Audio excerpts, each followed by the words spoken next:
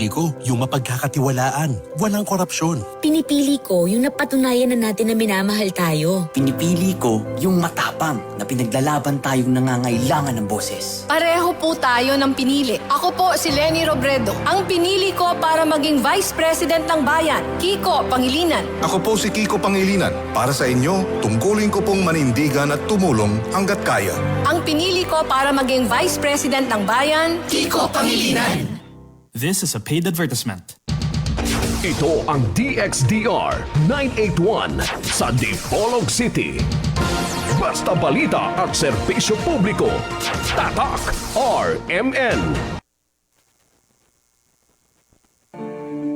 En Fátima dolorosa mostraste el fuego infernal, pidiendo para salvarnos tu corazón venerar. Ave María, Ave María, Ave María, Ave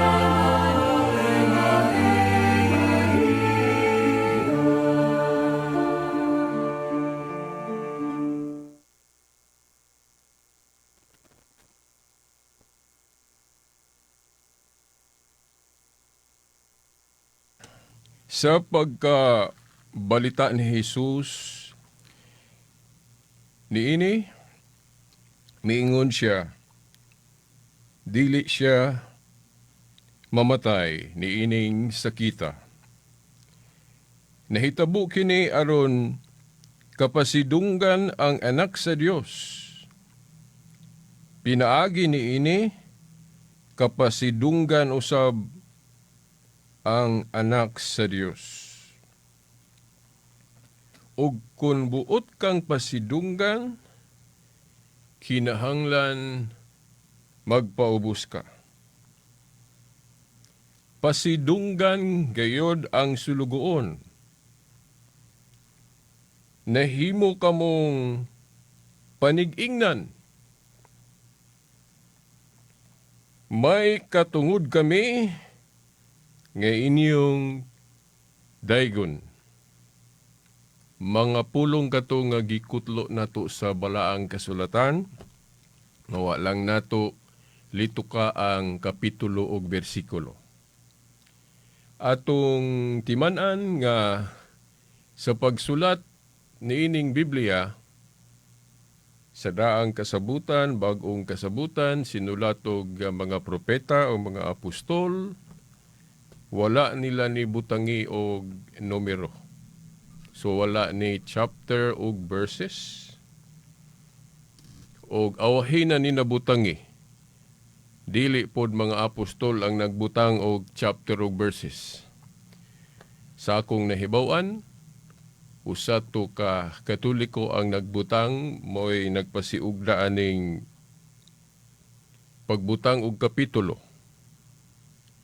Dili lang kukugihan mo hawid og daghang referensya. Okay. Kay dili ka ko para cycle ba mo pamatuod. Ang ako bisan wala ko'y gihawiran nga kana yung makita yun ninyong dokumento. Ako lang siguraduhon nga tinuod yun akong giistorya. Total kung inyong i-cross-examine, makabarog man ko. Sumao ni gibarugan sa tulumanon ang kahayag sa pagtuong Katoliko. Dili ta paracycle. Kabalo mo unsay paracycle? Katong mga magtutulo sa balaod sa una. Maayong laki sila sa Biblia. Pero ang ilang argumento, kini mauna kanang naa gyud. Oh. Dokumento, pakita gyud imong dokumento. Oh. Pero diha sa pag-interpret, diha sa pagsabot, diha ang problema. Kay mahimo mang naa kay reference, naa kay dokumento, naa kay libro, naa kay Biblia, pero dili na igo kung ang imong pagsabot wa magkadimao. So para nako, para sa tulumanon ang kahayag sa pagtuong Katoliko, ang importante unsa ka tinuod ang imong giistorya. Kay mao man na ang atong pangitaon sa Dios diri nato.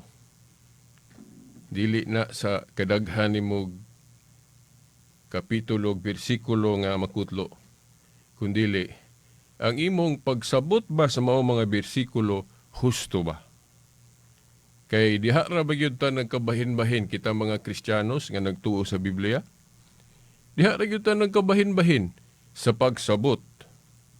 Moingon mi mga Katoliko ang amo mao'y husto. Moingon sa mo dili sayop mo. Moingon pud ang laing grupo kining amo mo'y husto. Kanang inyo dili. So ang pangutana, kinsa man gyud ang husto? Ang uban matintal na lang sa pag-ingon nga wa nagihusto. Ang uban himo ng ateo o atheist. Ang uban himo ng agnostic. O unsa pa ng mga nagkadaiyang baruganan ron sa unsa may huna-huna o gituhuan sa tao. So, ako, dili ko moingon nga wala na lang yung tinuod, taliwala ining mga diferensya. Kay mahimo man nga dunay pasol ang Biblia.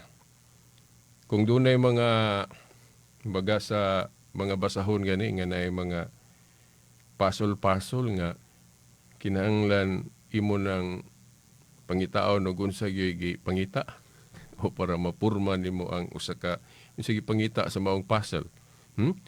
Ingon na pud ang Biblia. Ang key factor lang nga akong ipaambit kaninyo mao kanang authority principle o kinsa ang gitagaan ni Kristo, gitagaan sa Dios og authority. Diha gyud maminaw. Whatever nga, bisag mga tao raman ang gitagaan niya authority, makahibalo man ta nga makasala man ang tao, gani naaraman po sa Biblia, gisigutan nga ang tanan tao nakasala. Diba? O, Roma 5:12. O, sa ito pa mga apostolis, apila na, wala na eximte diya. No? Gawas lang ni Santa Maria, kung silain po ning topic na to sa Mariology, kay gitagana po sa Diyos nga mahigawa siya niya na. Tungod po sa papel niya o role niya nga himuon siyang sudlanan sa kasabutan o bag-ong sudlanan sa kasabutan. Kay ang wisdom, ang Diyos, musuod man siyang taguangkan, didto man mupurma og kinaya sa pagkatao para magamit niya sa pagpakatao. Niya gipaagi man og usa ka babae. So, dili pud ta ka question sa Dios kung iyang limpyohang daan hang maong sudlanan nga dili gyud ka taptan og buling. Sa doktrinang Katoliko mao gyud na daghan na kayo mga debate nga nakita na ko ani. Og until now I still believe sa Roman Catholic side. Now, ang atong key factor, di lang yun nato ni kalimtan. Ang giasoy ni San Pablo sa Roma 15, Roma 10:15, no? Basig marambol na, no? Wa na ko higayon sa pagpakli sa kong Biblia. Okay? Dili po ko mo awat anang para sa lagi ba nga, kinahanglan, kita gyud. Okay. Kay panahon gani sa una ni Kristo og mga apostoles, kutlo ra man diretso. Kutlo ra diretso. Wa po sila daghang kopya. Di ba? Magwali sila diretso gawas og naay makita ditong kanang gani kuan pa to, papyrus o unsa pa to ilang kasulatan sa una dili pare sa ato ron nga gihugpong na gyud gi opisyal na gyud pila ang ihap. O sa una wa man to gihugpong. Di ba? Scroll lang to. Dayon ang kasulatan sa mga apostoles wa pa sila New Testament nga compiled. Ang naana sa ilang panahon nga ilang kutlo-kutloon kato pa lang Old Testament. Nga gani ang mga Hudiyo wala pa gali magkausa sa unsa gi opisyal nga ihap. Kay ang Alexandrian canon sa mga Hudiyo sa Old Testament mas more than man og 7 ka libro. Oh. Samtang ang Palestinian kuan lang. Pila to 39. So kulang og 7. Wala na masettle panahon sa before Christ. Ang nagsettle, ang nagsulbad ana unsa gi opisyal, laing set of authorities na ang mga pari na ni Kristo. Di ba? Gani, dili pagyud mga apostoles. Kay ang mga apostoles, sa pagsulat nila, wala man sila maghisgot nga, kanang imo Mateo, inspired na. Kanang imo Lucas, inspired na.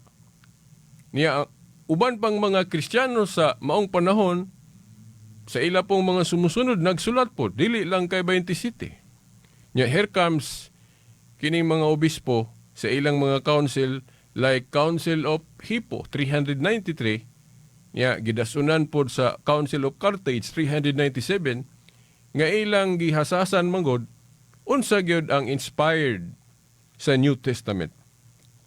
Og ang niresulta, kanarang gi hawid-hawiran nato ron sa itong mga Biblia, nga ang New Testament, 27 books lang. Sa ako nang giingon sa miaging Domingo, di sa ta maghisgot og Old Testament, kay mahimong moprotesta man mo. Nga di mo mutuoan ng Deuterocanonicals, nga gitawag ninyog Apokripa, kanang naay Makabeyo. Sirak. Kay para ninyo, dili man na-inspired.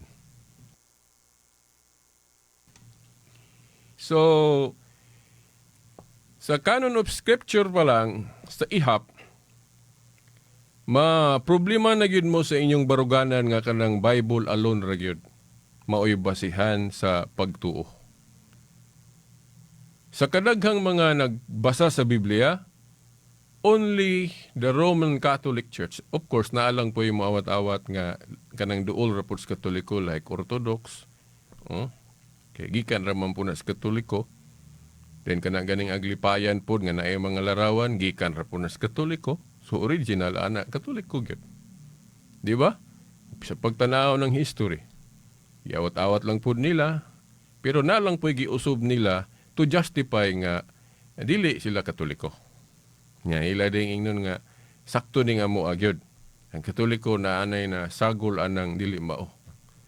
Pero ako mubarog ko nga ang tinuod nga simbahan nga gitukod ni Kristo, mahimong ang mga sakop niya makasala, masayop, sa ilang personal nga pagsabot, posibleng magkasayop sila. Kay gani si Pedro ug Pablo diya sa Biblia, doon na may panahon nga wa magkausa. Sa ila ra pong personal nga pamaagi. Kay nakasukan man ni Pablo si Pedro. Nya, puros na mga apostol ha. Okay. Mga personal reflection to nila. Pero si Pablo o Pedro nagkausa sa mga opisyal nga pagtulunan sa iglesia. Kana bang dunay guidance sa Espiritu Santo. Kay ang Holy Spirit nga napadala sa Pentecostes, ang iyang trabaho to guide sa simbahan, sa church nga gitukod ni Kristo, nga dili masayop sa opisyal niyang mga pagtulunan, kanang gi-define gyud ba? Mayong ikag gi-define gyud, kanang gihiusahan. Kanang mga teaching nga gi-pronounce pinaagi og council. Pero kung ang usa lang ka apostol mo ingon nga mauna, mahimong dili pa na mao. Dili pa na opisyal. Di ba? Parehas atong ilang disciplinary rule sa ilang panahon sa Council of Jerusalem, napa may gi-appeal nila nga custom samaan ng dili mo kaon og dugo. O sa Jerusalem Council, ang namulong ana sa maong council si James. Pero wala na hisguti ni Pedro sa pagtingog niya. Di ba kana nga rule? Ug unsa to'y gidebatihan sa maong council, didto ra pod ni focus si Pedro. Katura man tong issue god about sa man kinahanglan pa bagyong tulion ang mapasakop sa gingharian. Kaysa daan kinahanglan man gyud tulion. Dayon kana pong kinaiya nga ipihig ng mga hintil. O ipihig ng mga hintil. Kung man sila labot, good. Di ba? Oh, kay kadto ra mga Hudiyo mo'y dawaton. Nya sa kang Kristo God, gihinay-hinay nagtudlo sa mga apostoles nga dili ni parehas tadaan. Kay gitagna na gud sa nalimot ko sa sitas, Jeremiah ba to? Tung kanunay na nakong kutloon gani nga ang Dios maghimo og bag-ong kasabutan nga lahi sa daan. So mao na to mga apostol nagsugod-sugod na sila introduce sa kausaban. Nga sa pagdebate nila nga unsa man gyud stand, bag-o naman tang stand ron, bag-o naman kay New Testament naman ta. Christianity naman, so mao to nga sa resulta sa debate nitingog dayon ang Prime Minister si Pedro. Siya may gituganan sa mga yawi sa gingharian sa langit. Pagtingog niya human sa taas nga lantugi, wa gyud ni supak. Unya si Pedro didto ra gyud ni focus sa unsa may ilang topic gyud atong higayuna sa debate sa maong council. Nya wa gyud ni supak sa pronouncement ni Pedro nga dunay kausaban. Di ba? Unsa may kausaban dito nga ang mga hintil pwede nang tawaton o pwede na masakop sa gingharian o dili na sila ipihig. Mao man ay kabag-uhan. Wa gyud ni supak ana. Dayon si James kay siya may obispo sa Jerusalem kay siya siyempre mo tingog pod ang obispo nga na-assign dito sa Jerusalem kay dito man nahitabo ang council. Di ba? So kung asa nahitabo ang council, na protocol pod kinahanglan mo tingog pod ang obispo dito, ang leader dito. Si James man ni issue dayon siya og kanang mga disciplinary chapay laing tung term na rule nga ilang pagasundon. Pero timan niha lahi ng disciplinary rule og kana bang doctrine. Lahi ng doctrine og disciplinary rule. Ang disciplinary rule mahimong mausob na agi sa authority nga binding and loosing. Nya unsa may gisulti ni kuan dito ni Pedro nga mga rules. Ni Santiago. Now, naay padayon gihapon nato labi na kung moral ang essence sa disiplina. Kay kanang moral di man na pwedeng mausob para sana dili mangawat, dili maibog sa asawa sa kuan kanang idolatry, dili ka magbaton og laing Dios, di ka manapaw o mana mga moral dili na usbon. Pero katong rule nga dili ipakaon ang dugo, dili na siya moral law. Usa na sa mga Jewish nga prohibition sa Old Testament nga wala na naitudlo ni Kristo. So sa ato pa ang Council of Jerusalem, doon na sila gidili nga wala gibase sa universal teaching ni Jesus Christ. So ila lang sa atong gi-appeal kay naaman sila authority, kanang binding and loosing ang inyong idili diri siyota, idili sa langit, ang inyong itugot na Mateo 18:18. Sa ato pa kung maghimog disciplinary rule ang mga apostoles nga ila pang i-appeal ang karaan, pwede gihapon na. Pero sa ilang panahon mo bitaw to atong debate namo sa kung higalang amigo nga evangelist sa Adventist. Hingon siya nga nasayop ta itong Council of Jerusalem Veritas. Iko wa ko moingon nasayop. Sa ilang panahon, ila patong gidili. Pero kung moingon ka nga gitudlo na ni Kristo sa universal niya nga role, wala magtudlo si Kristo ana. Karaan pa na nga ila lang gi-appeal, of course kay balumon siya rason nga nung doon na pa sila gi-appeal sa Jewish nga pagdili. Kay yan tugong higayon na tension pa kayo ng transition time between Judaism to Christianity. Kay ang mga Hudiyo nga naanad sa karaan maglisod pagdawat sa bag-o. Saldiman ka na nga sa karaan daghang gipang dili sa pagkaon. Baboy, isdang walay himbis, dili ipakaon ng dugo. So mukalit lang sila usob nga, oy pwede na kay linisan na.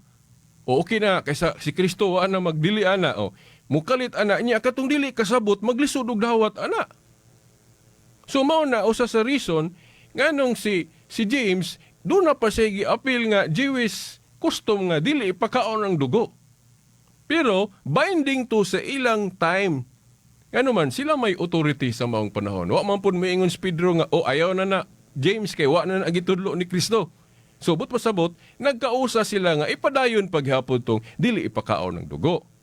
So mo nang giingnan ako akong higalang kaatbang sa Adventist nga, wa mo gumaingong sayop.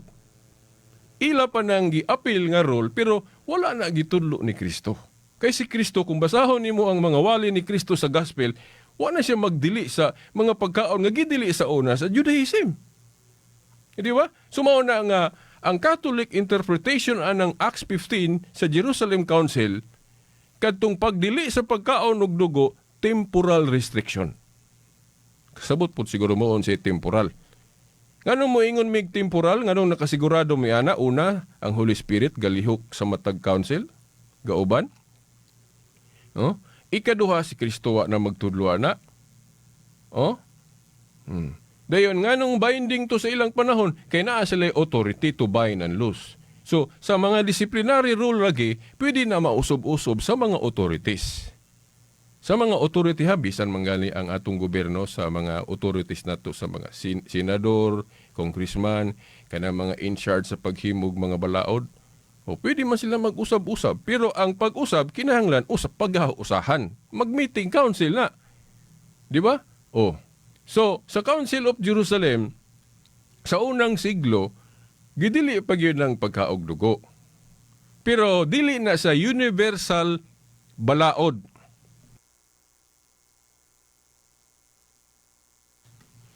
Dili na universal nga balaod.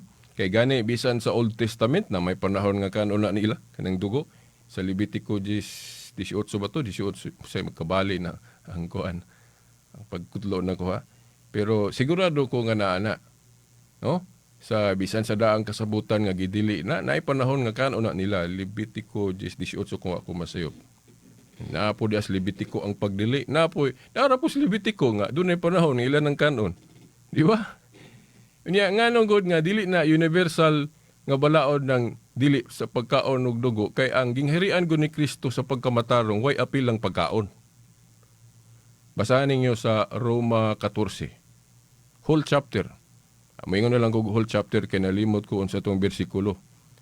Sa dihang naghisgot si Pablo unsa gyud ang gingharian ni Kristo. No? Dili tong gingharian sa daan ha, gingharian ni Kristo mahitungod sa pagkamatarong. Sa gingharian ni Kristo mahitungod sa pagkamatarong way labot ang pagkaon na kay mukaong kag sa dili na siya basihan nga limpyo gyud kag kasing-kasing. Di ba? Oh. So, mao na nga, sa ilang panahon, gidili pa to, pero pwede man ang usbon sa mga authorities nga musunod. Nya kay, kung wa ko malimot, ang Council of Florence, yatong 1400 na galito, dapit, mga ika-15 nga siglo na galito, nga ga council sa Florence, ang mga obispo. Dayon ni pronounce din sila nga, kining dili pagkaon og dugo, wa naman ni gitudlo ni Kristo, gidili pa ni panahon sa mga apostoles, of course, tungod kay naapod sila rason nga, wala pa makaayo makasabot ang mga Hudyo ni atong panahon ha. Naglisod pa sila dawat sa bag-ong pagtulon ni Kristo, o nang gidili pa nila. Pero, wala na gitudlo na ni Kristo, kay kung moingon nga universal teaching ni Jesus Christ, diya ra gyud sa gospel mo focus. Sa gospel, namang gudya nanudlo si Kristo. Sa pagtudlo ni Kristo kay sa pagugong gikutlo tong nas Levitico nga gidili. Wala na. Ang gipokus ni Kristo sa universal teaching niya kana yung gugma. Sa isig ka tao. Wala na siya maghisgot og pagkaon na sa tema gali sa kalanon kung review lang mo sa akong mga debate diha. Buwan sa akong higala, no? O unsa kay itong mga bersikulo nga gipangkutlo nato. Nga atong gibasihan nga kanang tulumanon mahitungod sa kalanon, wala na nagi-imposar ni Jesus Christ. Wala na. Ang iya pagtulunan sa pagkamatarong. Ug unsa nang pagtulunan sa pagkamatarong, basa mo Marcos 7. O uban pang mga teksto diya sa gospel nga diin si Jesus Christ mo nanudlo.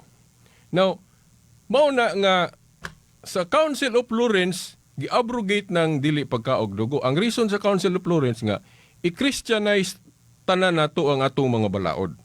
Wa na'y ipabili nato sa daan. Gawas katong naa sa daan nga doon na siya moral essence. Sama atong napulo kasugo. Kay dili man po na usbon sa mga authorities kay common man na siya nga balaod. Okay. So, now sa sunod Domingo pohon akong ipadayon na tong mahitungod sa mga kinibang pagpasidungog og mga santos nga gipaningkamutan pag-ayo ron sa Yawa nga ma-erase na. Pero wala man gyud niya ma-erase pero naay mga tao nga ikalimtan na or murag napatuo gyud niya mao nang wala na sila yung mga balaang simbolo, which is ikinahanglan nato na kay mao man mo pahinumdom na to. Ako makakita ko kanang larawan gali sa sacred family, makahinumdom dayon ko sa mga maayong buhat sa maong pamilya. So makatabang gyud ang maong larawan sa pagpahinumdom. Por iso lang di lang gyud gamiton sa dili mao. Ako naman ning na-discuss. Example gud ana sa atong gobyerno nganong naamantay monumento o ribulto ni Dr. Jose Rizal gibutang pagis plaza. Kay nga naman sa plaza daghang tao mo adto. Then inig kakita sa mga tao sa ribulto, monumento ni Rizal, ang mga tao makahinumdum dayon sa maayong example ni Rizal. Di ba? Ingon na po sa larawan. Usa sa maayong gamit sa larawan kanang bang makahinumdum ta sa angay hinumduman. No. Inig kakita na to. Ako mo na nga sa balay na may sacred family nga larawan. Dayon perpetual help kanang makita na ko na nga mahal nga inahan day na si Jesus Christ gikugos sa mahal nga inahan. Ug makakita ko unsa pa bagoy luna sa dili maayong hunahuna ana kung makakita ko ana nga larawan. Pero kung ang mga larawan ako sulod sa akong kwarto, sulod sa among balay, itong mga larawan nga ambot na mga babae ang gasuot og kulag panapton, then sa po'y nasa kung una-una ana, kung ang mga larawan nga nasa gapalibot na ko laway, siguro laway po ang nasa kung una-una. Pero larawan sa mga santos na puno, napabagoy luna ang akong una-una makahuna-huna kog dili maayo ana. Pero maingon dayon mo, gihimo ng Diyos mga Katoliko, mga idol na. Well, humana na, tapos na. Gani, kung but na hunaon, nasulbad na sa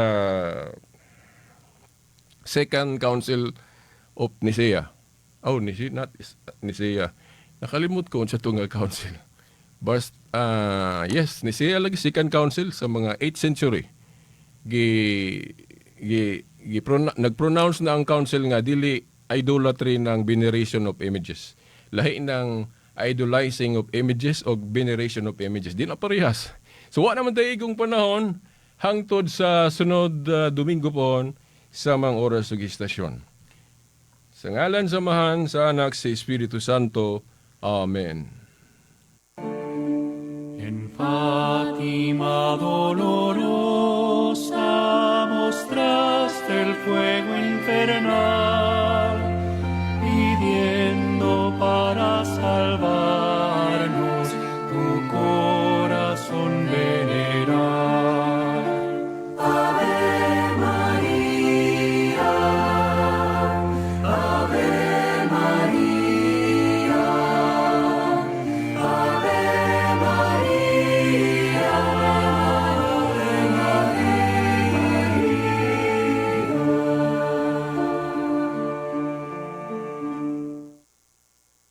Tatak RMN.